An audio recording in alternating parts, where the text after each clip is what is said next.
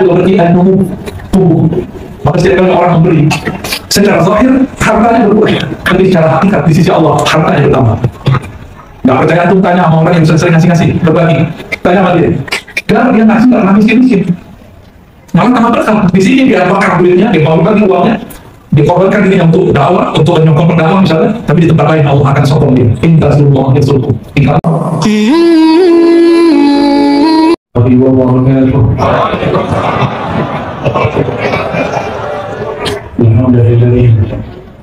رمضان في آخر الزمان من أمة سيدنا محمد صلى الله عليه وسلم. والحمد لله الذي جعلنا ممن فرح بمولد نبينا محمد صلى الله عليه وسلم. والحمد لله الذي هدانا لهذا وما كنا لنهتدي لولا أن هدانا الله. أشهد أن لا إله إلا الله وأشهد أن محمدا عبده ورسوله. اللهم صل وسلم وبارك على سيد الوجود سيد القومين سيدنا محمد وعلى آله وأصحابه ولبيته والمهدي خليفته وسلم. Akhir rumah yang dimuliakan Allah, semoga tetap istiqomah dalam dakwahnya. Pak Jinovi, keluarga dan pengurus Syifa dulu. Syifa berarti obat, dulu berarti lebih dari satu hati. Berarti hadirnya majelis antum ini semoga mengobati banyak hati-hati yang amin. Tema kita malam ini mengenai ikhtiar memakmurkan masjid, tempat beribadah kepada Allah dengan zikir, salawat dan taklim. Maka ayat yang paling pas mengenai hal ini adalah surah At-Taubah. Innama, ayat berapa itu? 17 ya. Innama ya'muru masajid Allah. Sesungguhnya hanyalah, habis itu ada al-hasr.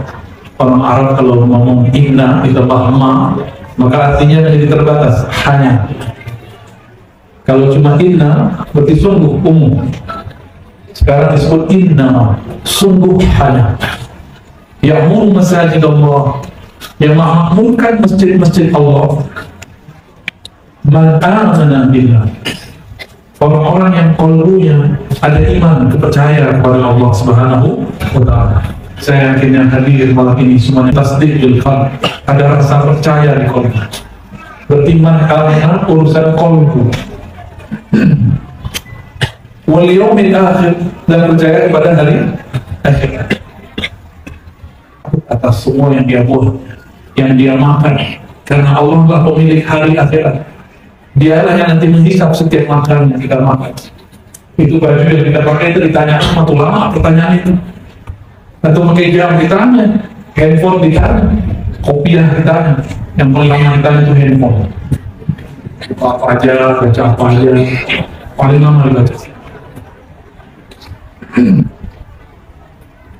Terus kalimat berikutnya apa? Dari amal qalbu turun ke amal zahir. Wa aqamas shalah, dan aqama. Ini terjemahan biasa kan, mendirikan. Orang kita ini kalau mendirikan kebanyakan bangunan, ya. Aqama itu berarti berusaha menyempurnakan sholat. Berarti dia belum merasa benar-benar sholat, baru berusaha. Kalau orang-orang yang merasa sudah sholat itu munafik. Ya, ibu-ibu yang baca sholat, oh di luar. Itu cowok kan? Ibu-ibu, kalau bapak ini, saya ibu bisa sholat bapak lagi saya. Wa aqamas shalah, ini belum jarang orang memperbaiki terjemahan ini, bukan memperbaiki, merevisi. Di zaman dulu aqama mendirikan orang paham, tapi zaman sekarang mendirikan mirip dengan mendirikan masjid ya. Beda. Aqama, yani al-kasbu, al-ikhtiyar, al-mujahadah, usaha fi itmamis shalawat, untuk menyempurnakan sholat.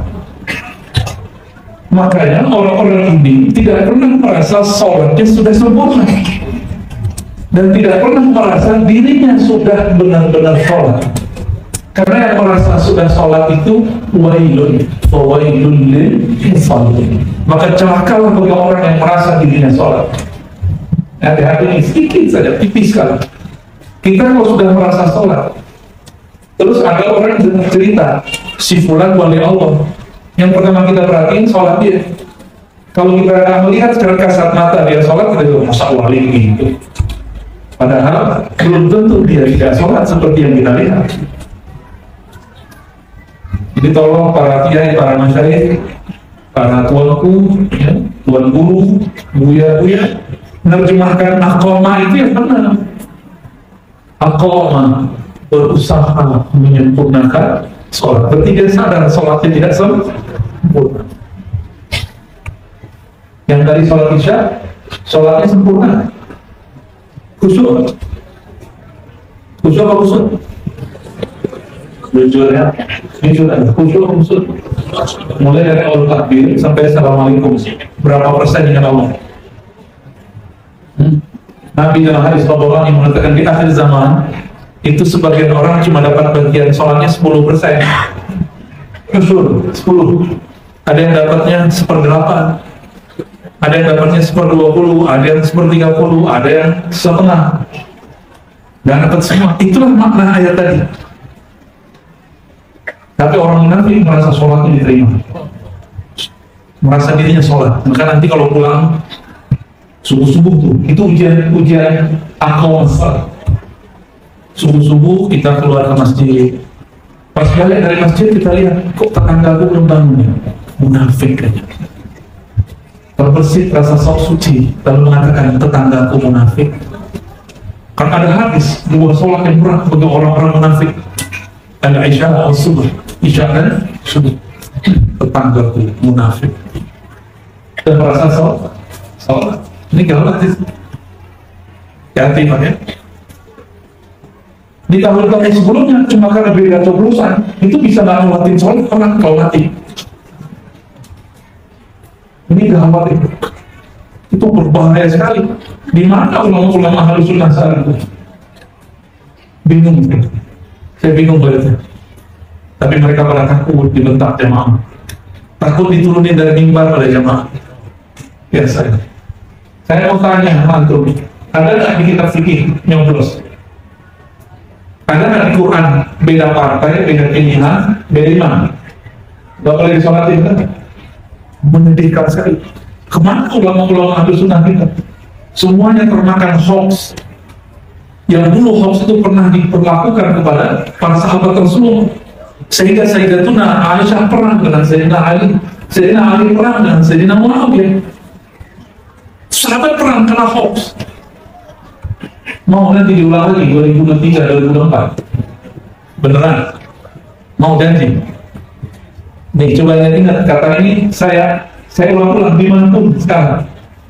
Beda politik bukan beda iman. Coba lagi. Ya. Kenapa?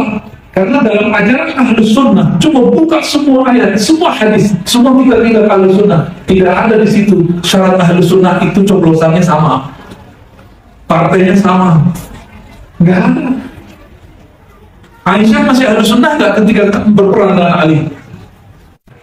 Yang nggak Ahlus Sunnah itu yang mengkafirkan mereka semua, namanya Khawarij. Atau yang mana? Yang kafir-kafirkan? Jangan ulangi kesalahan itu. Untuk orang Indonesia adem-adem, gak emosional seperti di sana, dan untuk di negeri ini tidak bebas megang senjata. Di Yaman semua orang boleh pegang senjata, udah kayak bawa sendok aja. Biasa tau. Di Mesir boleh. Alhamdulillah di negeri kita dibatasi. Dan ini nikmat besar dari Allah Subhanahu wa Ta'ala. Wa aqamus shalah. Mereka berusaha menyempurnakan sholat. Kapan sempurna sholat kita? Kapan sempurna? Anta'budallah ka'annaka tara. Engkau ibadah menyembahnya seakan-akan melihatnya. Jika tidak, yakinlah bahwa dia melihatnya. Ada yang bisa lihat Allah? Berarti yang melihat Allah siapa? Allah juga. Maka anta'budallah itu engkau menyembahnya seakan melihatnya. Engkau melihatnya dengan pandangannya. Jadi siapa yang memandang? Allah juga yang memandang. Karena la tudrikul absar wa huwa yudrikul absar. Allah itu tidak dapat dicapai oleh pandangan orang yang memandang. tapi pandangan yang meliputi semua pandangan. Kalau Allah pinjamkan pandangan ini, sifat basarnya kepada kita, baru kita bisa melihat Allah Subhanahu wa Ta'ala. Kemudian wa aqamas shalah, ayat berikutnya apa? Kalimat berikutnya wa ata, memberikan, mendatangkan, menunaikan az-zakat, zakat. Harfiah zakat apa artinya harfiah zakat? Az-zakat bisa berarti pembersihan, tapi zakat juga berarti an-numu, tumbuh. Maka setiap kali orang memberi, secara zahir hartanya berkurang, tapi secara hakikat di sisi Allah hartanya bertambah. Gak percaya antum tanya sama orang yang sering ngasih-ngasih, berbagi, tanya sama dia, kenapa dia ngasih gak pernah miskin-miskin, malah tambah berkah. Di sini dia bakar duitnya, dia bagi-bagi uangnya, dia korbankan dirinya untuk dakwah, untuk menyokong berdakwah misalnya, tapi di tempat lain Allah akan sokong dia. In tansurullah yansurkum, jika engkau menyokong Allah, membantu Allah, Allah akan membantu. Jadi kenapa kita belum dibantu Allah? Karena kita belum membantu agama Allah, belum membantu kekasih-kekasih Allah. Sholat itu hubungan hamba dengan Allah, sedangkan zakat hubungan makhluk dengan makhluk, sempurna. Tapi tidak cukup, masih ada lafaz berikutnya, walam yakhsha illallah. Inilah yang disebut ma'rifatullah. Secara harfiah lam yakhsha, tidak takut kecuali kepada Allah. Tapi secara maknawi dapat diartikan mereka bermakrifat kepada Allah Subhanahu wa Ta'ala. Itu arti walam yakhsha illallah. Dapatkah kita sungkan hormat kepada seseorang kalau kita tidak kenal dia? Bisa nggak? Bisa nggak? Atau nggak hormat seseorang, bisa menghormati dia? Nggak kenal dia, terus bisa nggak respect kepada dia? Nggak bisa. Kita hanya bisa respect, hormat kepada orang yang kita kenal, apalagi kepada Allah. Maka kenal Allah dulu baru sholat. Sebenarnya kenal dulu Allah baru sholat.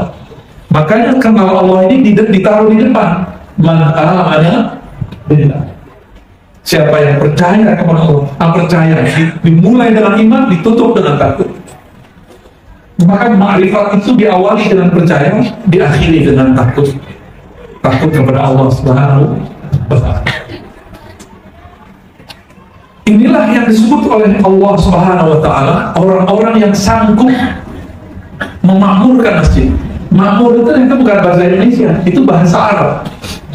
Amanah, ya'muru, amran, fahuwa amir, wadaka ma'murun, dimakmurkan, diramaikan, dipanjangkan, diluaskan. Maka masjid yang luas itu bukan masjid yang luas secara fisik, tapi masjid yang dimakmurkan oleh orang. Ayat itu sebenarnya ada hakikat di dalamnya. Siapa saja yang Allah takdirkan memakmurkan masjid, sudah tertulis namanya pada masa azaliyah. Jadi Bapak Ibu ini sudah ditulis namanya, jam sekian, tanggal sekian, dia duduk di masjid-masjid itu. Dan ditulis pas warungnya, bukan tubuh fisiknya.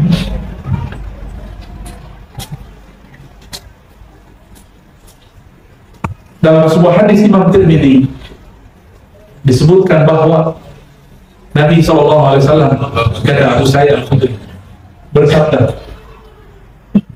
man ya'tada atau man yata'ahada, ada dua versi riwayat, ila al-masjid idza ra'aitum ar-rajul yata'ahad bil masjid fashhadu lahu, murkannya dan berkhidmah di dalamnya. Nih kalau nggak bisa khidmah besar, ada sampah tapi masukin. Al-Imam Al-Bukhari, Imam Salafus Saleh, pengarang Sahih Bukhari, itu imam hebat. Dia kalau jalan, tangan sama kakinya dicium sama Imam Muslim. Gimana? Tangan sama kakinya dicium sama Imam Muslim. Itu imam ahli hadis. Di Indonesia orang cuma sungkem doang sama bapak ibunya disebut syirik. Canggih orang Indonesia. Katanya si Ustaz ini ikut sunnah. Kita tanya sunnah siapa? Sunnah Imam Bukhari. Padahal Imam Bukhari membolehkan cium tangan dan kaki dalam tradisi orang-orang Bukhara dan Persia. Bahkan tradisi Nabi Sallallahu Alaihi Wasallam. Nabi mengatakan siapa yang khidmah ke masjid, itu maknanya fashhad lahu bil iman, saksikan bahwa dia beriman.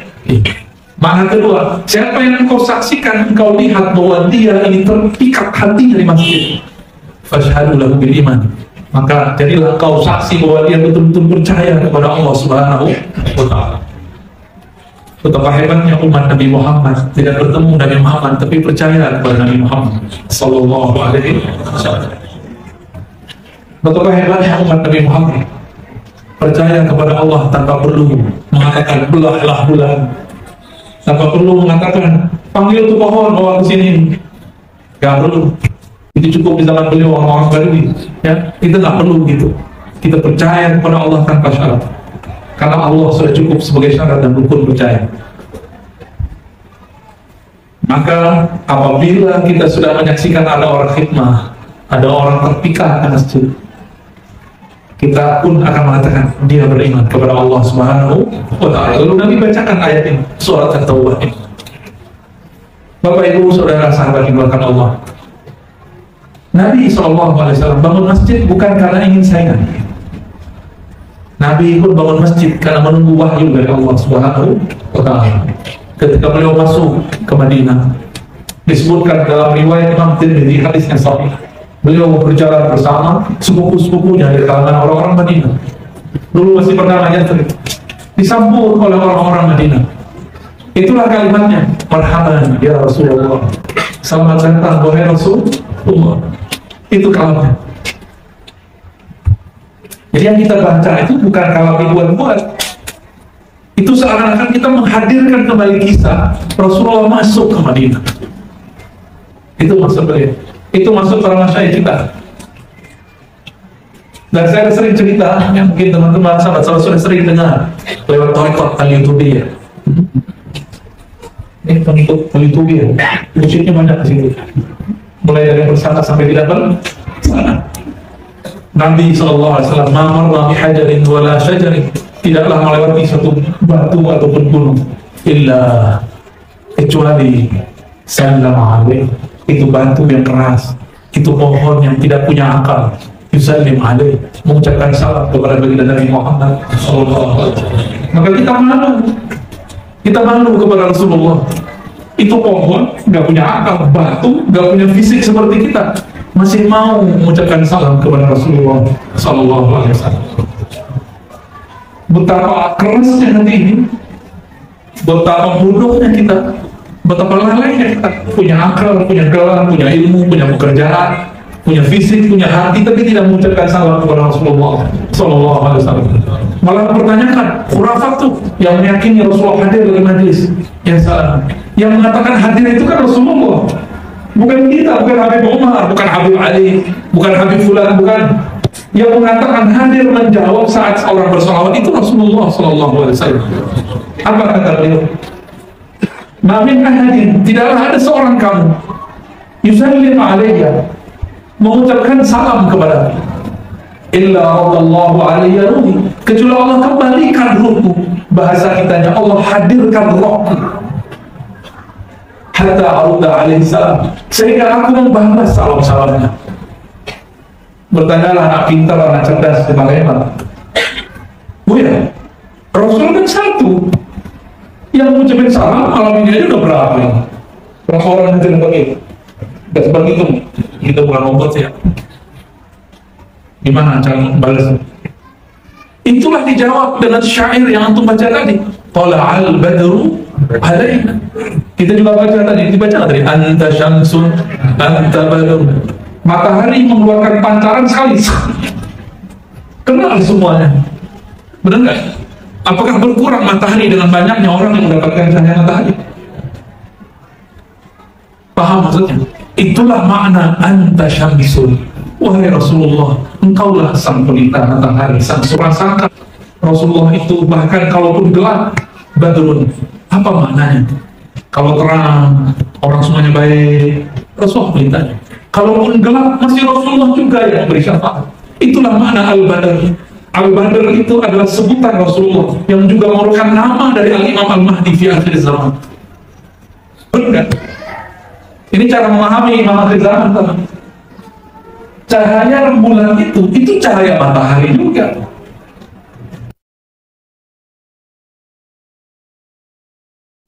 Kapan dia percaya jika alam semesta gelap? Itulah yang disebut jahiliyah. Dan jahiliyahnya akan terjadi 2 kali. Jahiliyah para biasa sebelum Nabi diutus, dan ada jahiliyah akhir zaman. Jahiliyah akhir zaman itu udah berkopiah, udah pakai baju koko, udah pakai sarung, tapi nggak mengerti, ya. Udah pakai celana, pakai jingkar, ya. Udah berjenggot. Oh, udah semua, tapi dia nggak ngerti juga bagaimana cara berkoneksi kepada Rasulullah Sallallahu Alaihi. Itu kalau Nabi ngomong, tidaklah kamu mengucapkan salam kepadaku, melainkan Allah kembalikan, Allah hadirkan, arudda al-ruhi, radallahu alaihi ruhi, Allah kembalikan rohku, lalu aku membalas salamnya. Masih kurang yakin dengan hadis ini? Hadis Imam Abu Dawud, seperguruan dengan Imam Bukhari, menulis kitab judulnya Sunan Dawud. Hadisnya sahih. Kalau Nabi ngomong itu percaya. Kalau itu nggak percaya Habib Umar boleh, nggak apa-apa. Habib manusia. Sekarang ngomong Rasul, percaya? Bahwa beliau hadir kalau orang ucapkan salam. Tapi di kolbu yang tidak gelap, di kolbu yang mau menerima syamsun dan badrun, dari cahaya pelita ataupun pantulan pelita al-badr. Maka kalau orang-orang yang kolbunya benar-benar terang, itu disebut nama Rasulullah saat lagi mahal kiamat. Sebenarnya tidak tahan untuk menahan kerinduan kepada Rasulullah Sallallahu Alaihi Wasallam. Bapak Ibu dimulakan Allah. Jadi apa ikhtiar kita untuk memakmurkan masjid? Amalannya tadi, ajarkan ilmu iman di sini. Maka harus ada ajaran tauhid, Ahlus Sunnah wal Jamaah. Ada kalimat yaumul akhir. Di sini berarti di situ ada ilmu tentang akhir zaman. Harus ada ilmu akhir zaman yang benar, bukan cocok logi. Masih ingat beberapa tahun yang lalu, awal-awal pandemi, kita ditakutkan semua, bukan kita, antum aja yang nanya apa. Antum ditakutkan semua oleh berita, oleh seorang, bahkan beberapa orang dari yang mengatakan terjadi dukhon pada bulan Ramadan pertengahan tahun itu. Benar, berketakutannya sampai di sini. Betul-betul antum ini suka hoax, ya. Hoax jadi tolak, ya. Dan itu udah minta maaf loh. Revisi semalam sebelumnya terus bilang, oh enggak, hadisnya dhaif, tapi dia mengatakan siap-siap beli pangan. Akhirnya terjadi panic buying. Istilahnya benar begitu. Panic, orang panik beli. Habislah beras di beberapa tempat. Dikira mau kiamat, ya salam. Tidak ada minta ampun kepada Allah, tidak ada minta maaf kepada Rasulullah, tidak ada minta maaf kepada umat Rasulullah SAW. Ini kan yang menyebarkan kekacauan di tengah umat namanya. Kalau di surat An-Nur berbahaya itu orang-orang yang menyebarkan ad-dasyia al-fitnah, ya, yang menyebarkan fitnah di antara orang-orang beriman. Nah, ada kata maaf. Pernah dengar? Ada dengar? Enggak. Jangan-jangan terkena hoax baru lagi antum. Ada hoax baru lagi. Di akhir zaman, Nabi suruh kalau terjadi huru hara di mana-mana, maka pergilah ke dalam hutan.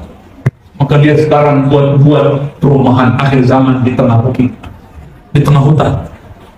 Nah, dinyuruh sendiri-sendiri masuk hutan. Ini buat perumahan akhir, namanya rame-rame ya, PA. Nah, gimana? Nabi suruh sendiri-sendiri masuk ke dalam hutan. Kalau dia buat perumahan di tengah hutan, sama aja. Ada yang bawa rumah, biasa. Ada juga yang beli emas. Kalau orang Jawa kan nggak perlu dibeli, ya. Yang beli orang abang, ya. Abang bakso. Nggak tahu cara untuk menuju kepada Allah SWT. Akhirnya mau cari referensi. Ketemulah, kita harus hidupkan lagi iman. Yes. Nanti kalau Imam Mahdi keluar dan daulah berdiri, antum bangun tidur itu bingar di mana-mana sampai nggak ada lagi orang yang berhak menerimanya. Bukan berarti kita nabung taruh di mana sekarang dinar, enggak. Nanti itu dinar ada, emas ada, perak ada, duit ada, tapi makanannya nggak ada. Jadi nggak bisa pakai tabungan emas, apalagi ikan emas, nggak bisa. Tolong jangan panik kalau belajar akhir zaman. Harus ada mental itu di sini. kajian akhir zaman yang sahih. Ya, jangan cocok logi, pakailah kitab Tazkirah Imam Al-Qurtubi, cocok sudah. Ya. Kalau nggak pakai Mukhtasar Imam Sya'rani terhadap Tazkirah Al-Qurtubi, ada di kitabnya.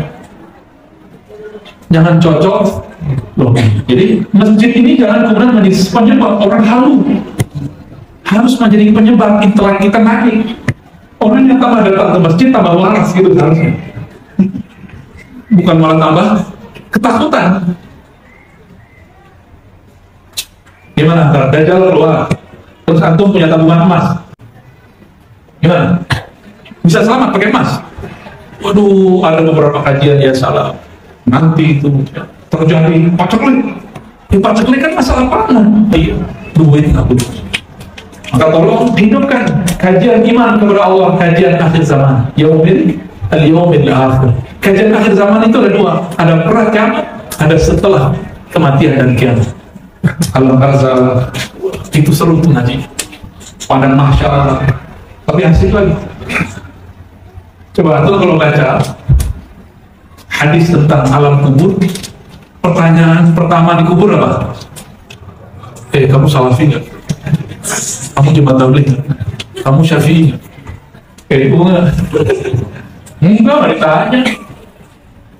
Tanyanya gini ya, khatam Quran berapa kali bro? Nggak ada. Udah haji berapa kali? Haji 2 kali, haji Muhyiddin. Nggak ditanya. Nggak ditanya. Pertanyaannya apa? Mana membuka? Siapa rohmu? Siapa? Ya, orang zat yang kau sembah. Roh pemilikmu. Zat yang mengendalikanmu. Yang kamu sembah, yang kamu rindui, yang kamu harap, yang kamu gantungkan harapan kepadanya. Siapa? Bos, pasangan, orang tua, jamaah. Siapa?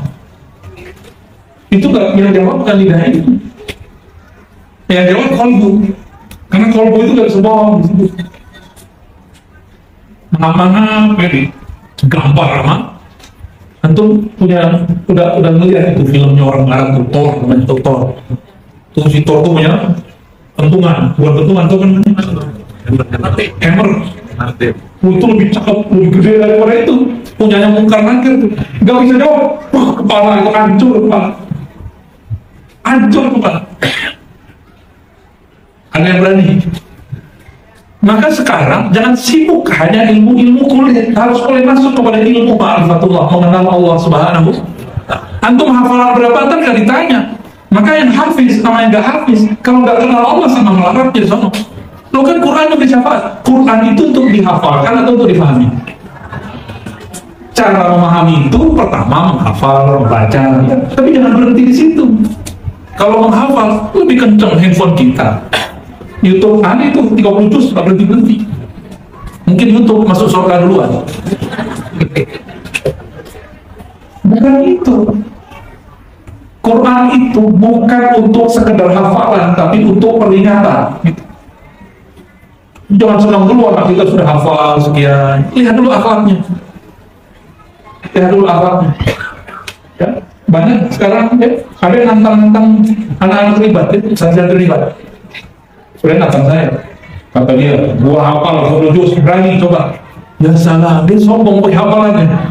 Ya, berani coba sama saya. Kata dia, saya hafal 30 juz. Ya salah. Apa betul Rasulullah mengajarkan orang hafal Quran? Baru baca 30 juz, udah berani nantang debat. Ditanya apa yang ente hafal, bisa jawab nggak? Jadi kalau mau menghidupkan Quran, jangan hanya menghidupkan tahfiznya, tapi harus masuk kepada tafaqquh fiddin, wajib hukumnya, memahami agama. Adakah perintah di dalam Al-Quran menghafalkan tanpa memahaminya? Nggak ada. Yang ada tafaqquh.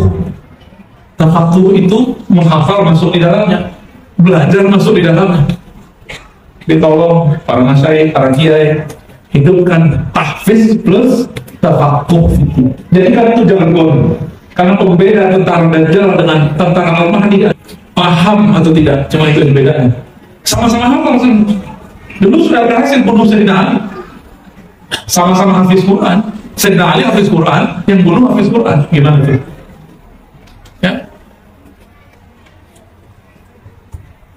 9. Oke. Wa aqama shalah wa ata zakat. Itu ada ilmu situ, ilmu syariat dan hakikat. Mau sholat begitu-gitu aja, nggak mau kan? Supaya sholat enak kita bertorikoh. Supaya sholat diterima oleh Allah kita berhati-hati. Bertorikoh itu cari metode supaya khusyuk. Dulu yang mengajarkan kita sholat itu cuma mengajarkan cara zahir, benar nggak? Dan waktu kecil diajarin cara zahir kan? Kolbunya diajarin belum? Kalau tubuh ini wajib sholat, sebenarnya yang sholat tubuh ini atau dan dalamnya? Ya, yang disebut aku wajahtu, aku hadapkan diriku kepada pencipta langit dan bumi, itu tubuh ini atau energi ruh yang ada di dalam tubuh ini. Maka wajib belajar ilmu mengenai siapa diri sebenarnya. Maka di masjid ini wajib belajar tentang ma'rifatun nafs, ilmu mengenal diri, karena itulah satu-satunya pintu mengenal Allah Subhanahu wa ta'ala. Yang ada akal. Akal ini gelarnya doktor tuh. Jadi doktor tuh bukan gelar mursyid ya, DR ya. Enggak aku dalam kubur itu. Jadi nanti dalam kubur malaikat nggak akan nanya ya dokter Razi ya, buyanya nggak masuk ke dalam kubur. Jangan-jangan nama ini nggak laku juga. Jadi yang sudah beryuforia dengan gelar-gelar akademiknya, gelar-gelar keagamaannya, tunggu dulu, itu gak laku masuk ke alam kubur. Lakunya cuma di jamaah antum. Dokter lakunya di kampus. Ya, dokter lakunya di mana? Di kampus. Di sini aneh, kenapa ada dokter? Nggak perlu di kampus, di masjid ada dokter nggak? Emang mau ada dia skripsi di sini? Kan nggak perlu. Apakah kalau saya sadar saya dokter, saya kenal diri belum? Jangan-jangan tambah sombong, terbersit di hati, aku lebih tinggi kuliahnya daripada yang lain, sombong jadi. Makanya kalau pas kenalan coba aja lihat, saya Dr. Rozia, itu kenal tuh. Kenal tuh.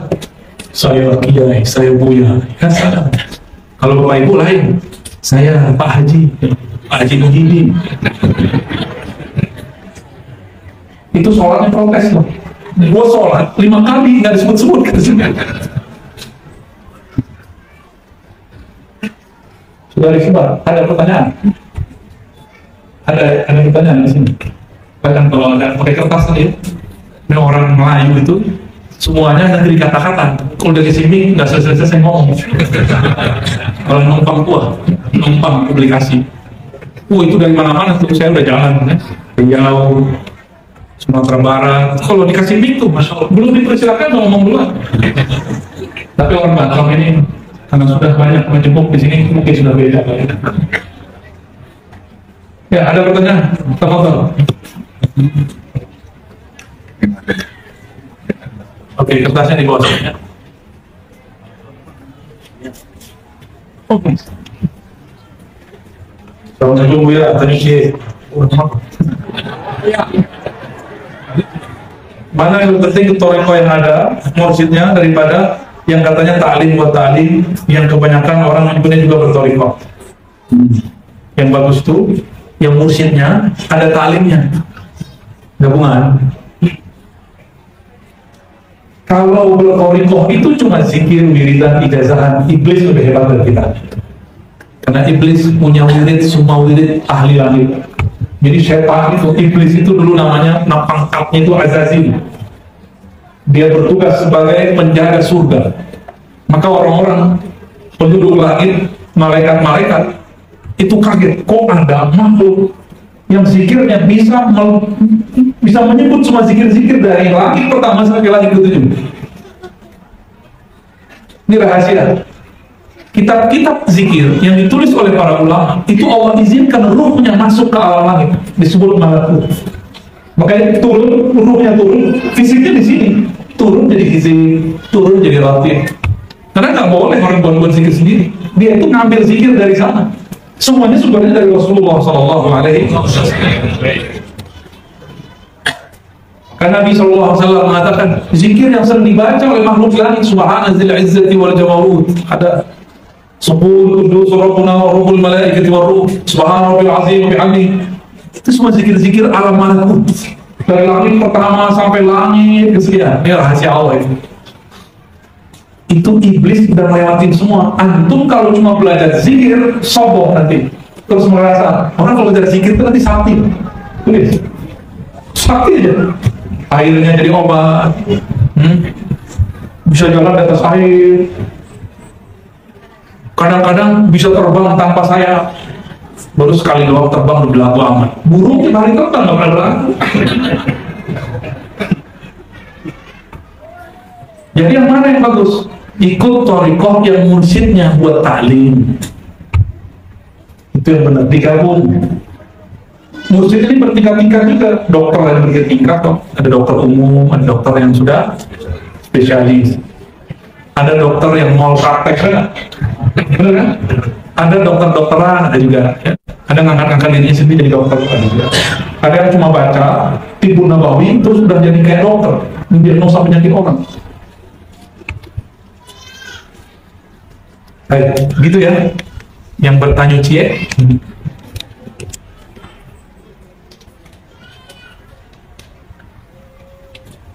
Batam Center Pak Zamzami yang punya air zam-zam kali ya. Pertanyaan, nafas kita yang turun naik turun tangga maksudnya. Hati yang berkata-kata dalam diri kita, apa dan siapakah mereka? Hantu kali. Bagus pertanyaan. Nafas yang menghirup naik keluar turun. Ada yang nafasnya ke atas, maka disebut turun. Jadi nggak salah pertanyaannya. Ya nafas itu betul paru-paru secara zahir lewat hidung secara zahir. Tapi siapa yang membuat dia bisa ngembang membis? Jantung berdenyut, memompa darah. Siapa yang gerakin? Saya dapat panas selama dokter. Ibu-ibu, dok, itu yang gerakin jantung kamu siapa? Gerak motorik. Ya gerak motorik itu apa? Jadi namanya gerak motorik, ya berarti kamu taklid juga. Taklid kepada penemu istilah gerak motorik. Gerak motorik itu dalam bahasa kita disebut ruh. Apa sebutannya? Ruh. Getaran itulah yang kemudian membuat ada gerakan-gerakan dalam tubuh ini. Kalau ruh ini ditiup oleh Allah. Kamu separuh Allah, separuh kamu. Loh, itu dari rokok, gak ada dalilnya. Kalau di Quran surat Sajadah, surat Shad, surah Al-Hijr, nafakhtu fihi min ruhi, aku hembuskan ruhku, hembusanku, aku tiupkan hembusanku, bukan zatku. Tapi hembusan itu bersumber dari zatnya. Karena sengaja Allah Subhanahu wa Ta'ala menitipkan itu ke dalam diri ini. Faja'alnahu sami'an basira, karena hembusan itu manusia dapat mendengar. Jadi yang mendengar itu si ruh tadi. Yang melihat itu ruh tadi. Sayangnya ruh ini tidak diberi kesempatan melihat lebih luas. Dia cuma diberikan kesempatan melihat pakai mata. Pada ruh itu bisa memandang tanpa mata itu. Bapak Ibu kalau tidur bisa ngeliat sesuatu nggak? Waktu mimpi bisa ngeliat sesuatu mimpi? Matanya kebuka atau tutup? Kok bisa ngeliat sesuatu? Kayak bukan. Itu asli. Bahwa kita punya alam lain di dalam diri kita ini. Si guguk dalam mimpi lain kan? Itu nyata berarti. Dalam mimpi tinggal kasih. Nanti saya malu loh. Bener nggak? Saya waktu kecil, saya mimpi mak saya meninggal. Tapi meninggalnya baru 2 tahunan. Sebelum kebetulan kita ada keluarga sebenarnya sini, cuma nggak ketemu ya. Insya Allah ketemu dan insya Allah. Itu ibu saya meninggal dalam mimpi. Saya nangis. Bangun tidur saya lihat mak saya masih hidup. Kok nyata di alam mimpi itu? Tapi kok pas bangun? Imam Ghazali kasih kaidah. Kalau orang masuk ke alam malakutnya, itu alam malakut namanya. Kalau enggak alam carut marut, maka di saat itu dia memandang apa yang dia pandang di dalam itu zahir, nyata. Ketika dia bangun, maka dia menganggap yang di dalam tidur itu mimpi. Bagi kita yang di dalam mimpi, orang yang bangun sekarang itu nggak nyata. Pernah ini nggak kecekek nggak lagi tidur? Pernah? Padahal nggak ada yang nikah kan? Bener? Kita panggil orang, dia jawab nggak? Tuh kenapa tuh? Kejadiannya nggak jelas.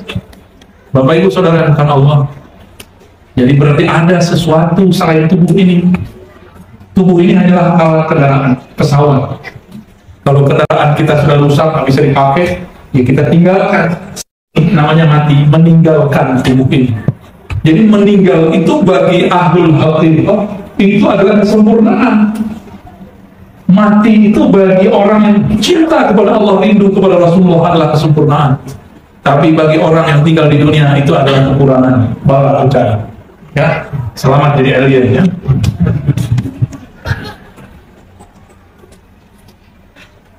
Anak pribadi belum mengetahui pengajian ma'rifat. Apa langkah usaha anak agar bisa mempelajarinya dengan sungguh-sungguh? Mohon petunjuk. Kalau mau jadi dokter, kemana? Ke dukun. Kemana kalau mau jadi dokter? Kuliah kedokteran. Kalau mau jadi arsitek kemana? Ke pesantren. Kalau mau jadi ahli agama kemana? Ke pesantren. Jangan kebalik-balik. Jangan kebalik-balik. Ingin mengenal ma'rifatullah. Ma'rifatullah itu tidak ada sekolahnya kecuali wali-walinya. Yang kenal Allah kan cuma wali, bukan dokter. Yang kenal Allah bukan kiai, wali. Wali itu kalau terjemahan bebasnya keluarga para nabi. Pewaris itu keluarga bukan? Maka ulama itu adalah keluarganya para nabi. Selamat kalau jadi ulama. Nabi itu dalam dirinya ada nubuat. Nubuat itu artinya ma'rifatullah fi qalbih. Ma'rifat Allah dalam kalbunya. Maka sebelum Nabi Muhammad, siapa saja yang kenal Allah dia Nabi. Siapa saja yang kenal Allah dia Nabi. Setelah Nabi Muhammad wafat, setelah beliau muncul, la nabiyya ba'di, tiada lagi Nabi setelahku. Hatta law nazala sayyidina Isa fahuwa waliyun min awliya'i ummati sayyidina Muhammad. Kalau Nabi Isa turun, pangkat kenabiannya tidak dipakai lagi. Beliau statusnya sebagai wali. Dipanggil tetap Nabi Isa. Cuma tidak berlaku kepada umat Nabi Muhammad sallallahu alaihi wasallam.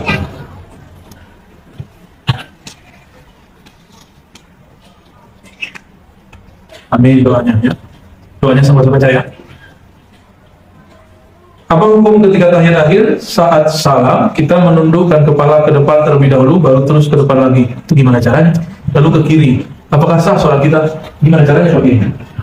Menundukkan terus maksudnya apa itu?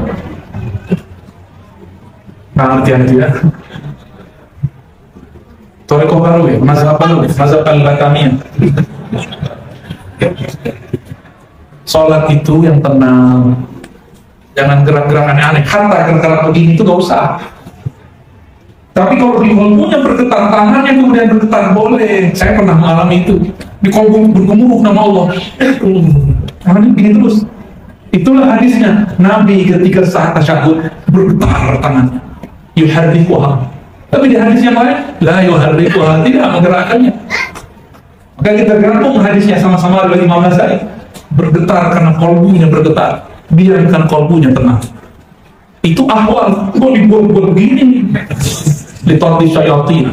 Untuk apa itu tor? Ngusir setan. Lah itu malah mengundang setan. Coba antum kalau gini-gini, ada di samping, mata ngelirik nggak? Pasti.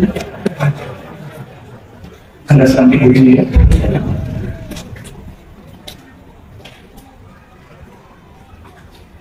Bolehkah kita menyiapkan? Pertanyaannya dari ibu-ibu.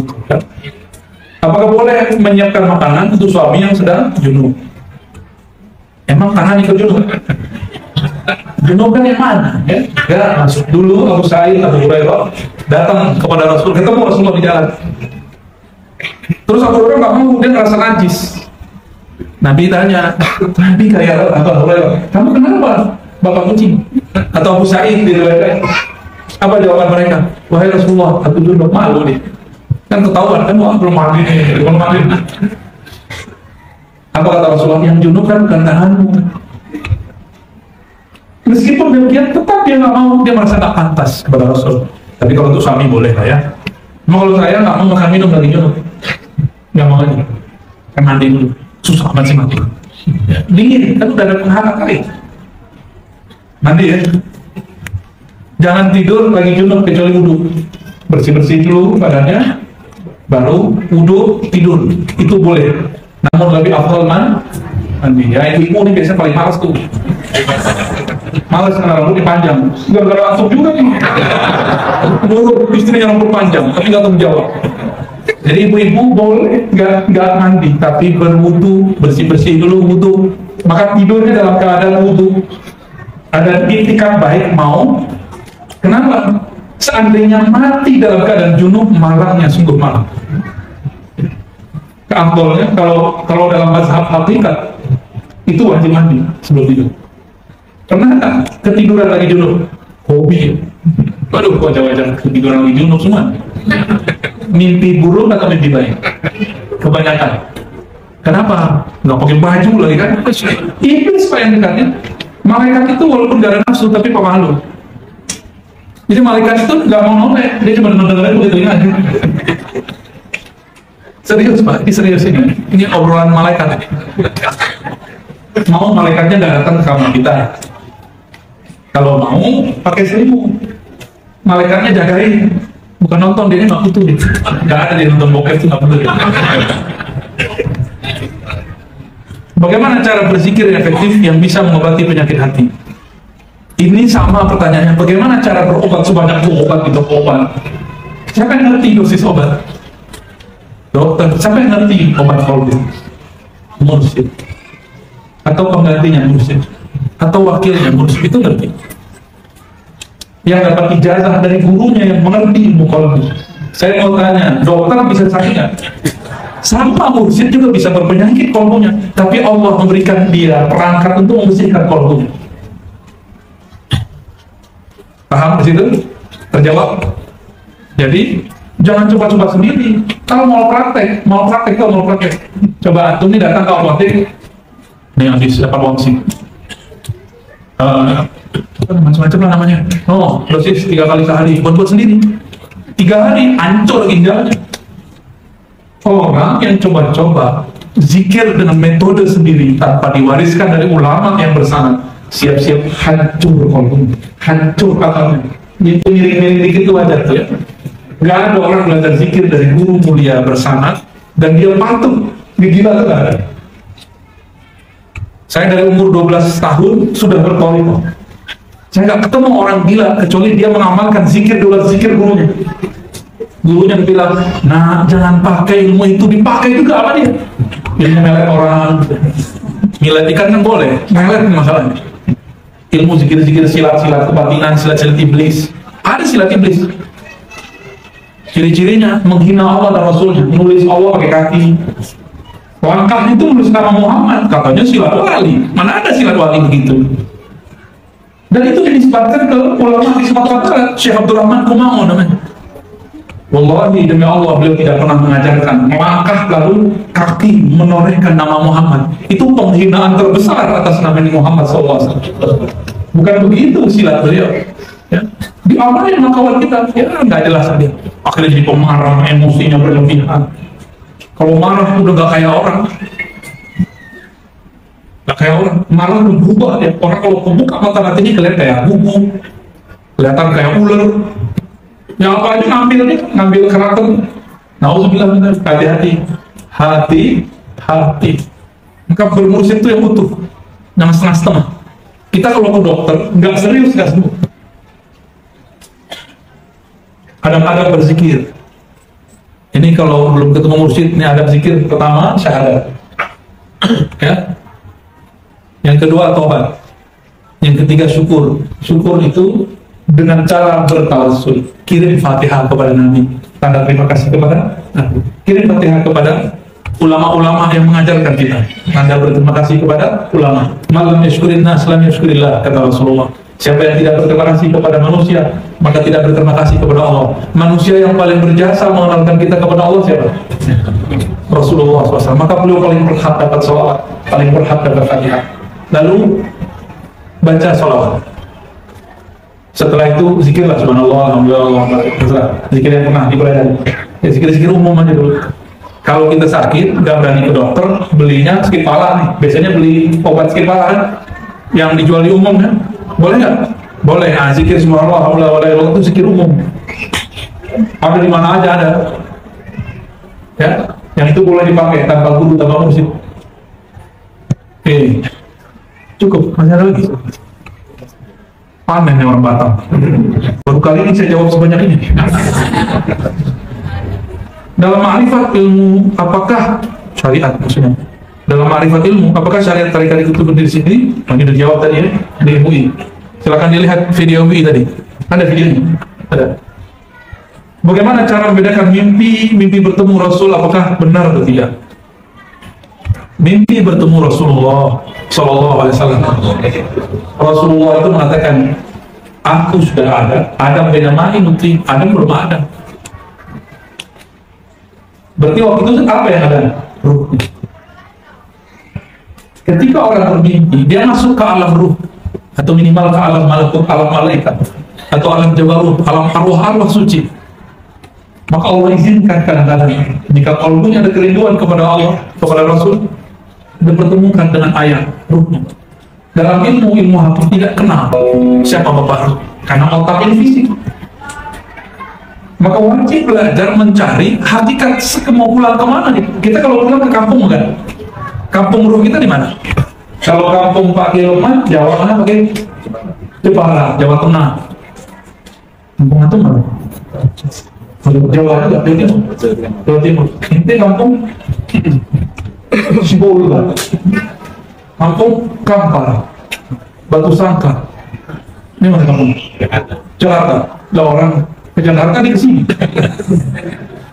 Ini kampung di mana? Nggak jelas deh. Rindu nggak pulang kampung? Kalau ada yang bayarin tiket pulang pergi, gratis mau? Mau? Dasar matre. Allah itu bayarin, ya ayyatuhan nafsul mutmainnah, tapi pantaskan dulu diri menjadi jiwa yang mutmainnah. Siapa mutmainnah? Yang kenal nama-nama Allah, lalu nama itu dia masukkan ke dalam kalbunya sehingga jiwanya menjadi tenang. Disebut an-nafs al-mutmainnah. Dipanggil undangan langsung dari Allah. Allah yang Maha Qadim dengan kalam qadimiyahnya berkalam, irja'i ila rabbiki radiyatan mardiyah, pulang kampunglah ke hadirat Rabbmu. Irja' bahasa Arab pulang, kembali ya, pulang walaupun sehari. Itu ibu yang ngomong, nangis kita kalau ingat. Di mana kalau yang berbicara?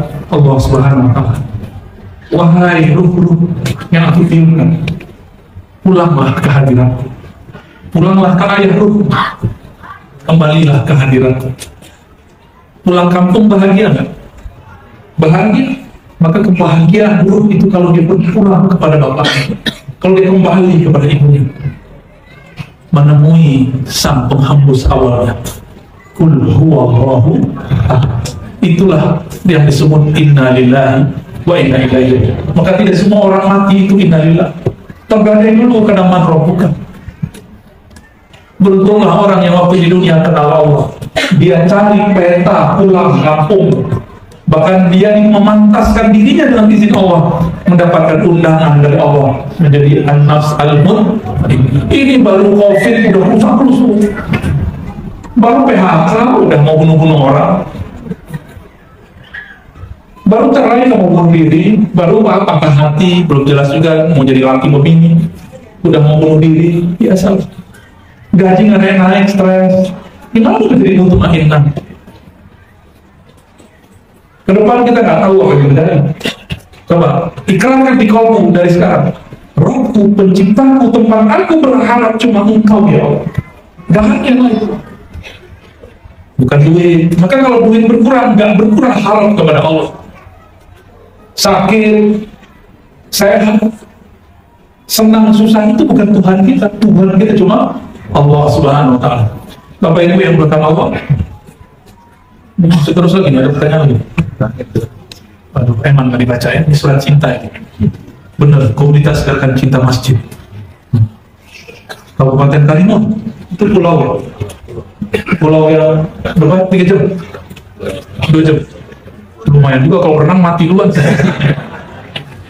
Izin bertanya, bagaimana strategi menyatukan visi misi golongan muda dengan golongan tua dalam memakmurkan masjid? Silaturahmi. Jangan debat. Anak muda tuh harga yang tua. Yang tua tuh kasih kesempatan kepada yang coba nih, Pak Kiai walaupun masih pakai handphone, bisa nggak ngurus-ngurus begini, nyambungin ke YouTube, ke Facebook, gitu, biar mereka ngurus. Jangan kita nggak percaya sama anak muda. Anak muda itu, mereka kalau diberikan kepercayaan, itu suatu tantangan dalam dirinya. Kita kan pernah muda semua, saya aja masih muda, yang tua masih muda juga, umurnya belum ada. Silaturahim. Anak muda ini pulang silaturahim ngerasa yang tua-tua kolot. Orang tua mana mau dibilang kolot. Anak muda karena orang tua dibilang bandel, kurang ajar. Anak muda mana mau dibilang begitu. Kalau perlu silaturahim, bangun jalinan kasih sayang. Apa kata Nabi? Laisa minna man lam yahtarim kabirana wa lam yarham saghirana. Bukan umatku yang tidak hormat kepada yang tua, yang tidak sayang kepada yang muda. Sayang, hormat, itu silaturahim. Ya, semoga ada jalinan. Bukan rapat loh, ya. Silatur, bukan rapat. Kalau rapat debat mulu, gak jadi masjidnya rapat mulu. Terus terakhir, alhamdulillah. Ini pertanyaannya berbahaya ini. Ada Salafi, ada Wahabi, ada Muhammadiyah, ada NU, banyak lagi ibu ya. Yo. Apakah yang selain Ahlussunnah wal Jamaah tidak akan masuk surga? Loh, apa yang salah dengan pemahaman yang lainnya? Yang dijamin Rasulullah masuk surga, yang ikut beliau, karena kunci surga ada di beliau. Maka semua kelompok lain dirinya pengikut Rasulullah Sallallahu Alaihi Wasallam. Saya sering menyampaikan, kalau banyak orang ngaku keturunan Raja Ali Haji, buktinya pakai apa? Pakai baju. Nih, lihat baju saya, baju sultan nih. Pakai apa tuh, kopiahnya, Pulau Melayu itu apa namanya? Tanja. Tanja gunung. Pakai tanja, jalan-jalan di pasar, di masjid. Saya keturunan Raja Haji. Tanya orang, mana buktinya? Nih, pakai tanja. Nih, lihat nih, sarung saya, lihat nih. Emang gitu caranya? Enggak. Sama, mau ngaku menurut Rasulullah bukan dengan celana jingkrang. Gak cukup, antum bagus sudah celana jingkrang, buktikan pemahaman celana jingkrangnya dari Rasul. Buktikan aja. Pakai sarung, nih, pakai sarung tuh NU apa Nabi? Hah? Kalau pakai celana katanya Muhammadiyah. Lah, gak ada. Itu celana sama sarung udah ada sebelum NU Muhammadiyah. Bener gak? Dulu Kiai Ahmad Dahlan pakai sarung. Cuma kan orang Muhammadiyah ini sering karena punya kantor, orang NU punya pesantren. Orang Muhammadiyah nggak nyaman pakai sarung ke kantor. Paham? Saya pernah ngisi kajian di pusat kajian Muhammadiyah. Celana saya kotor, kebetulan di tas ada sarung, saya ganti sarung, diketawain sama pengurusnya. Nah, nggak salah ente. Loh kenapa? Kok pakai sarung? Ini Muhammadiyah bilang gitu. Tanya, ini sarung udah ada sebelum Muhammadiyah ente. Kejadian juga tuh. Pernah juga sebaliknya, saya pakai celana di majelis Thariqah. Dikritik bisa-bisa, ente suul adab. Masa imamin pakai celana? Kayaknya emang saya salah kostum 2 kali itu ya. Saya tanya sama dia, Cek, ente mursyid ya? Kalau ente mursyid, ada nggak kewajiban sholat atau syarat sholat diterima pakai sarung? Enggak. Oh iya udah. Kan ilmu Thariqah itu untuk mengetahui sholat diterima apa enggak. Saya mau nanya, adakah ajaran dahulu para masyayikh dulu, talim-talim mereka yang mengatakan sholat kalau mau terima pakai sarung? Yang ada sholat kalau mau diterima tutup aurat, enggak? Salah namanya. Diterima nanti kalau punya urusannya. Selain Ahlussunnah, mampir dulu ke neraka. Nah, masalahnya orang yang sudah ngaku NU, Muhammadiyah, Salafi, benarkah mereka ini Ahlussunnah? tinggal cek sanatnya ada nggak, nasabnya ada nggak. Ngaku habaib tapi nggak punya nasab, bisa nggak? Modal itu mancung ini, mancung yang toko Batak. Orang Batak tuh senang loh di Batak. Tapi kalau di beberapa kampung Batak loh itu nih gitu. Padahal Batak itu keren. Oh, nasab. Kira-kira seperti itu ya. Punya kasar, dan ternyata kita baru saja mengkaji di MUI tadi. Perintah ulama MUI-nya tawadu ya, alhamdulillah. Mau dengerin saya yang masih bodoh ini, masih kecil, mereka kan tua-tua semua. Ya, mau dengerin kita yang masih bocah kecil, alhamdulillah. Ya, kita berbagi. Dan saya sampaikan bahwa pembuktian klaim itu tidak cukup dengan berbaju, berpakaian, tapi cukup itu dengan nasab. Ini sekarang yang terakhir, ini teman saya yang hidung mancung nih, kita kasih dia serban, kita kasih dia gamis, kasih tongkat, Habib. Jadi Habib masuk nggak dia dengan baju begitu? Tanya dulu, faham ente apa? Ada nggak namanya di Robi To'alawiyah? Kalau nggak ada, itu namanya Habib-Habiban, Mbak panggilannya. Ada orang ngaku dengan sarungnya bahwa dia ahli sunnah. Ada yang ngaku dengan celana jingkrangnya dari sunnah, sama, buktiin aja sanadnya dari mana. Ini ada di kitab bahwa kalau berpakaian itu harus jingkrang. Itu kita sanad memahami kitabnya mana, itu yang kita maksud, bukan nomor kitabnya. Jadi bedakan dalil dengan sanad memahami dalil, itu dua hal yang berbeda. Dan Imam Ibnu Mubarak mengatakan al-Islam berarti berguru bersanad itu separuh agama. Jadi yang hijrah, perhatikan guru kita siapa, jangan ikut-ikutan. Tanya ke batin kita, kok saya hijrah malah tengkar sama saudara, nggak baikan sama teman, musuhan sama orang di masjid. Ini hijrah apa? Rasulullah itu hijrah ke Madinah, baik-baik dengan ini, baik-baik dengan itu. Bukan hijrah modal sana, bukan, nggak ada nanti hijrah begitu. Ini berkali-kali kita sampai biar jangan gagal fokus. Soalnya Pak Kiai nggak berani bilang. Nggak berani kan nyindir-nyindir jihad di keran, nggak berani. Kalau saya kan dulu pengamal pas itu. Nanti 2 tahun karena saya juga. Tapi bertambah nggak iman, enggak, kenapa malah tambah sombong. Kalau ada imam masjid celananya di bawah kaki, itu saya ini, itu saya diri malah gitu. Wallahi saya dulu pernah gitu. Waktu kita mengisi kajian di Mampang, Jakarta, saya telat. Mas Bu, orang udah selesai semua. Kita satu rombongan. Tebuan celana di bawah mata kaki, jenggot lumayan ada jenggot, tapi nggak cukup. Saya berfobia, tiba-tiba ada dia ngomong dari tempat itu, celananya jingkrang, nggak pakai kopiah, jenggotnya lumayan, tapi panjangan saya. Dia bilang, kawan, rokok mati. Cuma karena celananya jingkrang dia merasa berhak, jadi yang ustaz kan sama di situ. Ego kita muncul tuh, tapi saya istighfar, ya Allah, ampun. Saya tetap sengkong. Itu cara saya menghabisi ego itu. Saya ketawa dalam dulu gua begini. Saya malu di situ, ya Allah, dulu saya begini, ya Allah. Dia baca Allah apa, ya Allah Akbar. Tambah ketawa, sholat kalau ketawa setelah lagi. Jadi ketawa itu saya tahan-tahan sampai pengajian mulai, baru saya keluarin ketawanya. Bapak Ibu yang berdoa Allah, semoga kajian ini diridhai Allah.